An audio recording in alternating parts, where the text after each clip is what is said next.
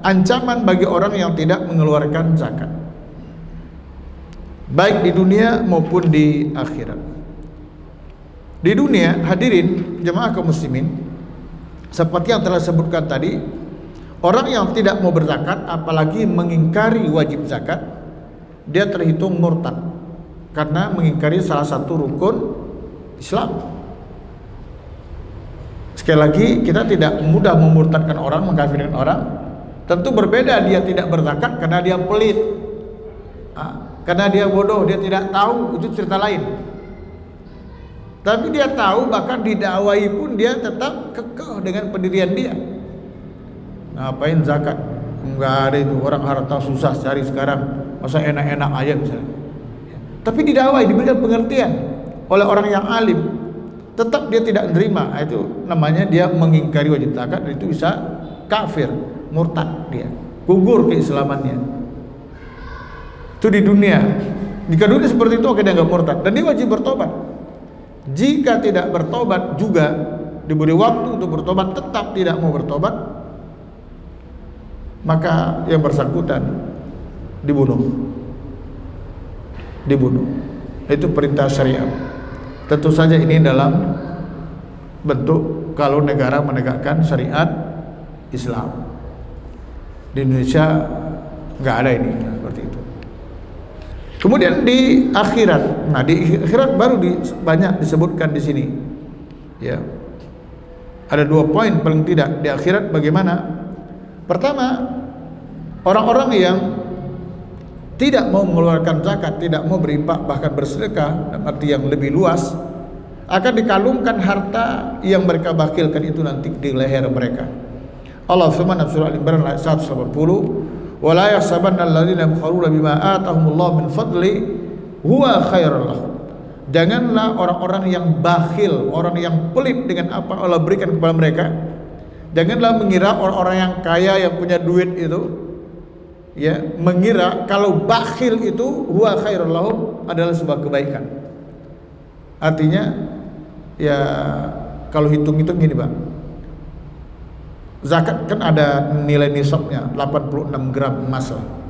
Kalau sekarang kan jadi berapa itu 86 gram? Berapa? 160 berapa itu? Hitung aja ya, jutanya. Iya kan? Tapi kalau diambil kecil, karena 2,5%, 1 juta pun kan ada nilai 2,5% ya, walaupun itu tidak wajib zakat. Paham kan maksudnya? Angka 2,5% kan ada dari 1 juta, itu 25.000. Betul ya? 2,5%, 1 juta, 25.000 kan? Nah, kalau ya 25.000. Nah, kalau 1 juta, 10 juta berapa? 250. 100 juta 2.500.000. 1 miliar 25 juta. Sebenarnya kalau dihitung-hitung 25.000 itu nggak ada apa-apanya dibandingkan harta yang 1 juta, gitu loh. 250.000 itu nggak ada apa-apanya dibandingkan harta yang 10 juta. 25 juta itu nggak ada apa-apanya dibandingkan 1 M yang ada pada dia, gitu maksudnya.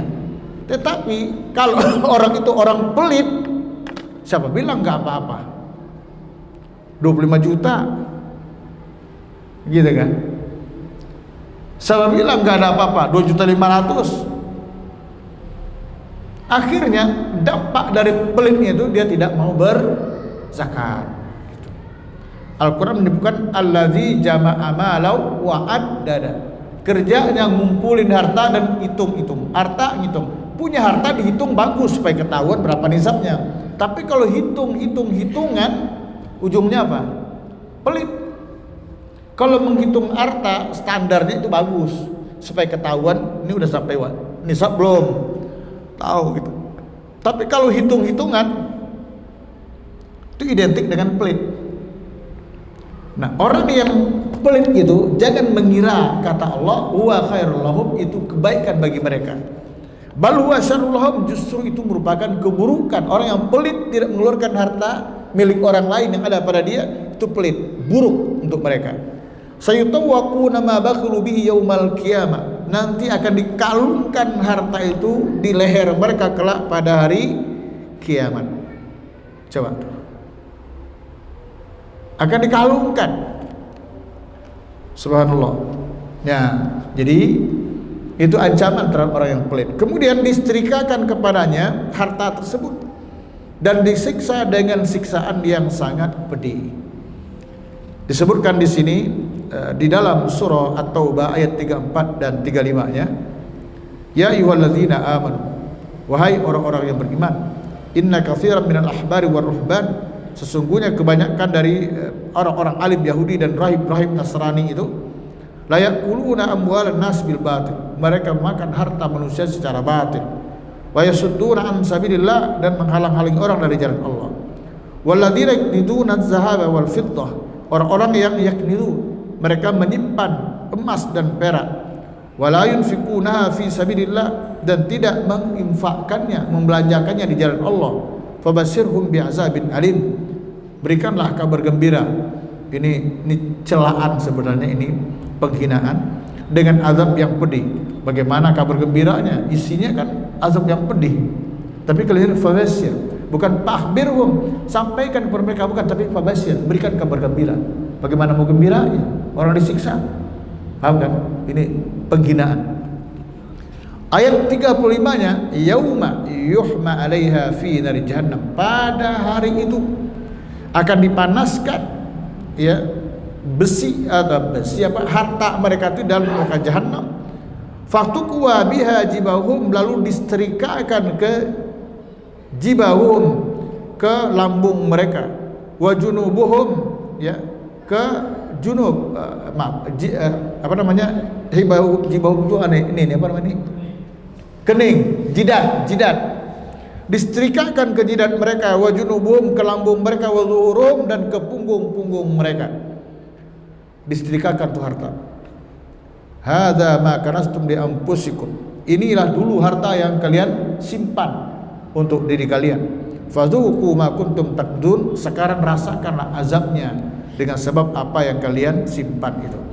Ini dijadikan oleh para ulama ke dalam ancaman orang yang tidak mau berzakat kelak di dunia, dan ancamannya dengan keadaan seperti itu. Jadi harta yang ada itu nanti akan disetrikakan ke muka mereka, disetrikakan lambung mereka, disetrikakan ke punggung mereka.